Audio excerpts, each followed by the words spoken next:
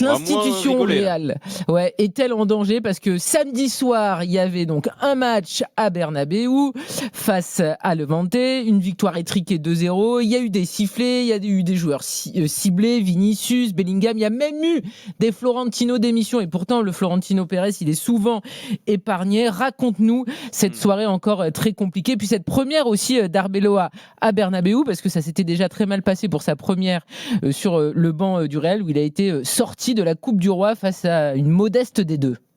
Oui, effectivement, la presse espagnole le lendemain titrait en disant que c'était historique que la quantité de sifflets et de supporters qui huaient les joueurs notamment était assez historique. C'est très rare de voir ça, ou en tout cas ça faisait quelques années qu'on l'avait pas vu au Bernabeu, et c'est vrai que ça a commencé dès le début de la soirée. Le bus, quand il est arrivé, a été hué et sifflé. Même Thibaut Courtois, quand il est sorti à l'échauffement, a été sifflé. Alors je pense pas que c'était directement contre lui, mais c'est un joueur du Real Madrid, donc il a été sifflé. Pendant toute la composition d'équipe, les joueurs ont été sifflés. Le seul qui a été réellement épargné à 100%, ça a été Gonzalo Garcia. Et puis, certains ont pris plus cher que d'autres pendant le match, à commencer par Vinicius Junior, lui qui a été hué pendant 90 minutes à chaque fois qu'il touchait le ballon. Jude Bellingham aussi a été visé. Valverde également un petit peu, même si c'était moins que les deux autres. Donc c'était vraiment une soirée assez rare au Bernabeu, et donc il y a eu quelques chants Florentino, ou en tout cas quelques cris Florentino dehors, Florentino démission, donc Florentino Pérez, le président du Real Madrid, et tout le monde ne parle que de ça ici depuis, et encore une fois la conférence de presse aujourd'hui, tout le monde était omnubilé par ça. Et alors Arbeloa, il n'en pouvait plus, il était presque mort de rire à la fin de la conférence de presse, parce que les Espagnols lui ont posé mais peut-être 15 fois la même question de suite. Qu'est-ce que tu as pensé des sifflets? Qu'est-ce que tu as pensé des sifflets contre un tel, contre un tel, contre un tel? C'est vraiment l'événement du moment en Espagne, et la gestion de tout ça par le Real Madrid, Karine, pose quand même quelques questions à beaucoup de supporters. C'est quoi la solution? Est-ce que vraiment Arbeloa va finir la saison? Parce que au Real, on sait que tout va très vite. Il y a eu cette élimination en Coupe du Roi. Il y avait eu la défaite en finale de Supercoupe d'Espagne, mais ça c'était pour Xabi Alonso. Mais on a vu encore que sur le terrain, c'était poussif. C'est 2-0, ça se fait en seconde période. On sait que le Real peut nous dégainer un nouveau nom à tout moment. Oui, alors sur le terrain, il n'est pas encore vraiment jugé sur le contenu, parce que il y a eu deux sorties, une face à Albacete, équipe de deuxième division, dans des conditions difficiles et surtout avec un groupe remanié, où là la faute a surtout été mise sur les joueurs, parce qu'on se dit que peu importe le coach, les joueurs doivent faire mieux. Et ensuite, il y a cette victoire qui n'est pas franchement rassurante face à Levante, 19e du classement. Ce qui interroge aussi, c'est la communication d'Arbeloa, parce que alors certains sont convaincus, pas tous. Et Arbeloa, dans ses conférences de presse, je vous fais un résumé, hein, c'est les joueurs, ils sont vraiment géniaux, ce sont les meilleurs joueurs du monde. La direction, j'ai la meilleure direction du monde. De toute façon, je suis le responsable de tout. Ça fait une semaine que tu es là, Alvaro, donc tu ne peux pas être responsable de tout ça, même si c'est de la communication. Il y a forcément, c'est avant tout une posture, et on a l'impression qu'il a aussi été placé là parce qu'il est d'accord avec sa direction, alors qu'il y avait des points de désaccord avec Xabi Alonso. L'image qu'il essaie de se donner interroge, et forcément toute cette institution Real Madrid, toute l'image du Real Madrid est quand même mise à rude épreuve depuis quelques mois, et même depuis quelques années, parce que si on fait un petit peu la liste de tout ce qui s'est passé depuis un an et demi, 2 ans, il y a eu toutes ces histoires de boycott du Ballon d'Or, de contestation du Ballon d'Or, qui n'ont pas donné une image de classe totale. C'est pas élégant, effectivement. Voilà, parce que le Real Madrid, initialement, est quand même censé avoir l'image d'un club très élégant. Il y a eu tout ce qui s'est passé avec Real Madrid TV, les critiques des arbitres. On a vu l'autorité de Xabi Alonso, donc l'entraîneur, qui hiérarchiquement est quand même censé être au-dessus des joueurs. L'autorité remise en question par certains joueurs, des joueurs qui font comprendre via la presse qu'ils ne sont pas contents de leur situation.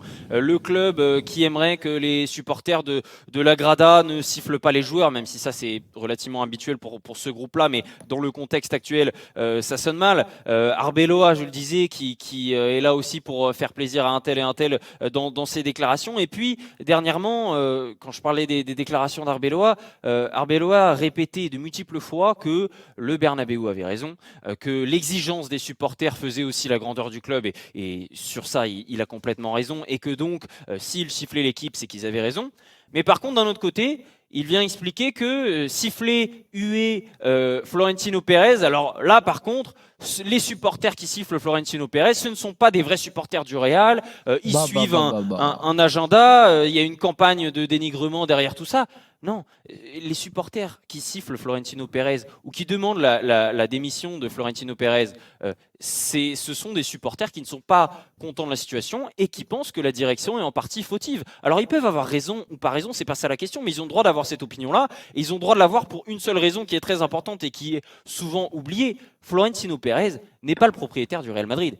Les socios sont les propriétaires du Real Madrid. Donc si les socios et les supporters ont quelque chose à dire pour critiquer les joueurs, les entraîneurs, la direction, ils ont tout le droit du monde de siffler, de huer. Et donc je pense que c'est une erreur de dire que ok, les sifflets contre les joueurs, là c'est valide, là c'est légitime, mais par contre critiquer la direction, c'est pas légitime. Il y a quand même un double discours qui est un petit peu étrange. Et d'ailleurs Kylian Mbappé en a parlé en conférence de presse aujourd'hui. Lui il disait, moi quand j'étais supporter, et quand j'étais petit, je sifflais et je parlais mal des joueurs parce que c'était ma seule solution, ma seule façon de montrer ma frustration et mon énervement. Et c'est ça qui est en train de se passer avec les supporters madrilènes en ce moment au Real Madrid, parce que oui, le club est en crise, et surtout je pense que les supporters ont peur quand ils voient ce qui s'est passé avec d'autres institutions comme Manchester United par exemple, même comme Milan qui a eu des années compliquées.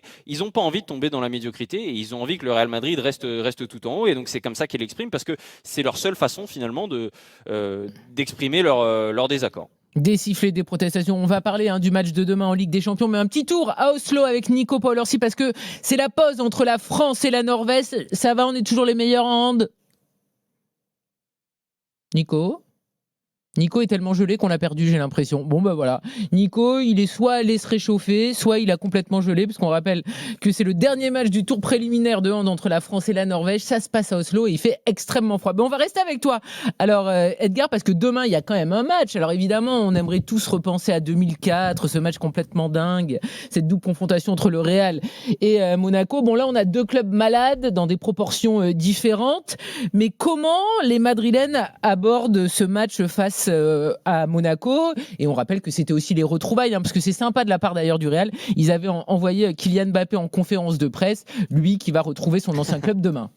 Oui, Aurélien Tchouameni aussi qui va retrouver son ancien club. Alors, côté madrilène, on va pas se mentir. On n'est pas très inquiet. Côté des supporters et de la presse, c'est pas qu'on n'est pas inquiet, c'est surtout que l'adversaire n'est pas la chose la plus importante pour le match de demain. Il y a surtout besoin de se relancer, de prendre confiance, d'assurer le top 8 aussi, qui est bien parti pour l'instant, mais il va falloir l'assurer sur les 2 dernières journées. Et ils n'ont pas envie de devoir l'assurer face à Mourinho à Lisbonne lors de la dernière journée. Donc c'est un match important où je pense aussi que Monaco, même s'ils sont dans une très mauvaise passe, ça reste l'AS Monaco, et donc dans l'esprit des Espagnols, ça reste une équipe respectable de Ligue des Champions, ça reste un club qui a quand même une signification historique, et donc battre l'AS Monaco dans le contexte actuel. Oui, mais il faut chercher des petites choses positives du côté de Monaco. J'essaye de trouver, écoute.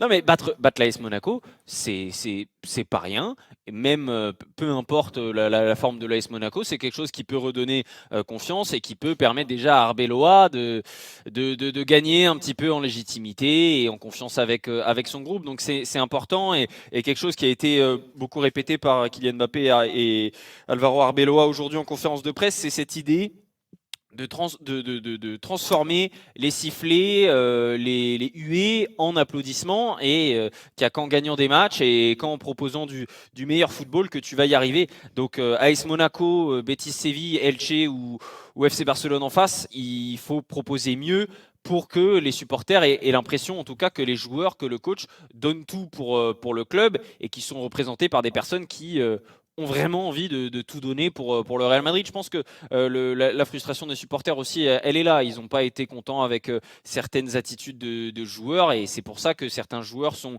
ciblés plus que d'autres, hein, parce qu'il y a d'autres joueurs qui ne sont pas performants et qui n'ont pas été particulièrement ciblés par les sifflets des supporters. Mais Edgar, il a le Oui, droit Polo. d'avoir 78 ans aussi, Fio Pérez. C'est-à-dire que il y a peut-être aussi une forme de passation de pouvoir ou d'usure du pouvoir, justement. Ça doit faire quoi, un quart de siècle qu'il est là. Bien sûr. Donc, il y a peut-être aussi. Moi, j'ai pas bien compris honnêtement, tu vois, parce que quand je vois le CV d'Alonso, je me dis il a tout pour réussir au Real et finalement il est viré On au s'est bout tous de dit ça. 6 mois. Mm. Mais moi, où j'ai été surpris, c'est que dès que ça va pas, en général, Pérez, il sort de son bureau, il parle tout le temps, etc. Et là, moi, je l'ai trouvé assez calme, enfin, en tout cas, et je me demande, enfin, s'il ne fait pas tout simplement ses 78 ans, quoi. Oui, non mais C'est un c'est truc, possible moi. aussi, Polo, mais il y en a qui se posent la question aussi de savoir s'il n'est pas en train de répéter les mêmes erreurs que par le passé, parce Mm. il avait démissionné à l'époque dans les années 2000 en disant 2006, ouais. j'ai mal en 2006 en disant j'ai mal éduqué les joueurs, c'est-à-dire je les ai mal habitués, je les ai un petit peu gâtés. Et certains supporters ont l'impression qu'ils sont en train qu'il est en train de peut-être refaire la même erreur. Et c'est ça qui inquiète. Mais je suis complètement d'accord avec toi, Apollo. Je pense que le Florentino Pérez d'il y a 20 ans, comme en 2006, n'aurait pas géré la situation de la même façon. Et ça, c'est normal. C'est tout à fait normal. C'est humain. Et c'est naturel aussi qu'avec l'âge, peut-être que tu as une façon de gérer différente, peut-être un petit peu plus discrète aussi, ou dans la communication un petit peu moins agressive. Et ça, Polo, tu as complètement raison.